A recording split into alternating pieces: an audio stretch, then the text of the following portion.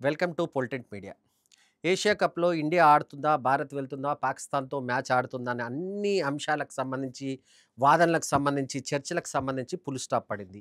BCCI Asia కప్‌కు సంబంధించిన టీమ్‌ని announce చేసింది.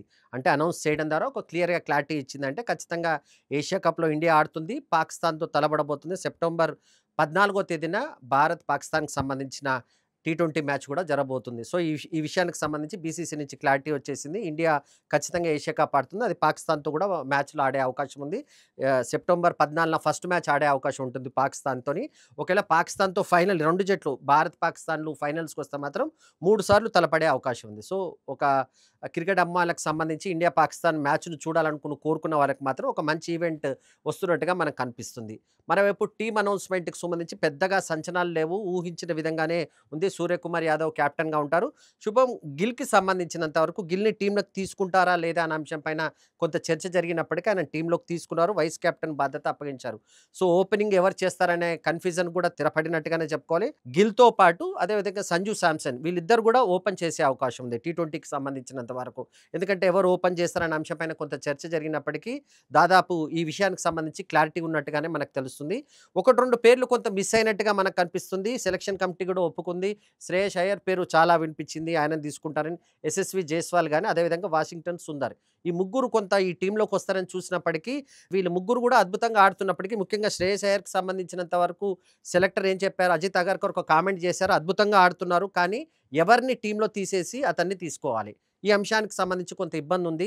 అందరూ బాగా ఆడుతున్నారు గనుక ఇంకా అవకాశాలు వచ్చే అవకాశం ఉంది. ఎందుకంటే వచ్చే ఏడాది భారత్‌లోనే టీ20 వరల్డ్ కప్ జరగబోతున్న నేపథ్యంలో మరికొన్ని అవకాశాలు వస్తాయి. ఎందుకంటే వరల్డ్ కప్‌కి ముందు దాదాపు భారత జట్టు 20కి పైగా టీ20 మ్యాచ్‌లు ఆడే అవకాశం ఉంది గనుక శ్రేయస్ అయ్యర్ లాంటి వాళ్ళకు మళ్ళీ అవకాశం ఖచ్చితంగా ఉంటుందని కామెంట్ చేశారు. టీమ్‌లో పెద్దగా ఆశ్చర్యకరంగా అయితే ఏం లేదు. దాదాపు ఈ ముగ్గురు, నలుగురు ఈ ప్లేయర్స్ మాత్రమే తీసుకోలేదు. కేవలం 15 మందితోని మాత్రమే టీమ్‌ని అనౌన్స్ చేశారు. బుమ్రా భారత జట్టుకి సంబంధించి పేస్ బౌలింగ్‌కి సంబంధించారు ఉంటారు.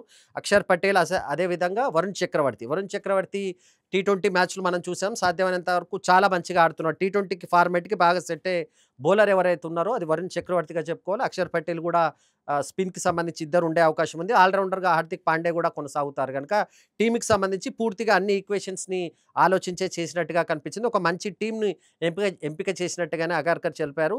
ఏదన్నా చిన్న చిన్న మార్పులుంటే జరిగే అవకాశం లేదు. టీమ్‌లోకి సంబంధించి మంచిగా ఆడే ఆటగాళ్ళు బయట ఉన్నప్పటికీ వాళ్ళని కాదని ఈ టీమ్‌ని కొంత ఎంపిక చేయాల్సొచ్చింది. ఎందుకంటే వీళ్ళు కూడా చాలా బాగా ఆడుతున్నారు.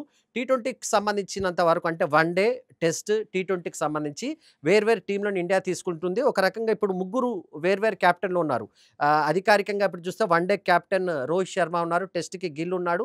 ఇప్పుడు టీ20కి సంబంధించి సూర్యకుమార్ యాదవ్‌ని చేశారు. సో, 3 ఫార్మాట్‌లకు ముగ్గురు డిఫరెంట్ కెప్టెన్‌లు ఉన్నారు. కానీ రానున్న రోజుల్లో వరల్డ్ కప్ నాటికి గిల్‌ని కెప్టెన్ చేసే అవకాశం ఉందని కూడా ఒక ప్రచారం జరుగుతుంది. అందుకోసమే అసలు ఈ టీమ్‌లో గిల్ ఉంటారా? లేరా? అన్నది కొంత చర్చ జరిగినప్పటికీ చాలా ఆలోచించి అతనికి అవకాశం ఇవ్వడంతో పాటు వైస్ కెప్టెన్ బాధ్యతలు కూడా ఇచ్చారు. సో, త్వరలోనే గిల్ టీ20 బాధ్యతలు కూడా తీసుకునే అవకాశం ఉన్నట్టుగా మనకు కనిపిస్తుంది.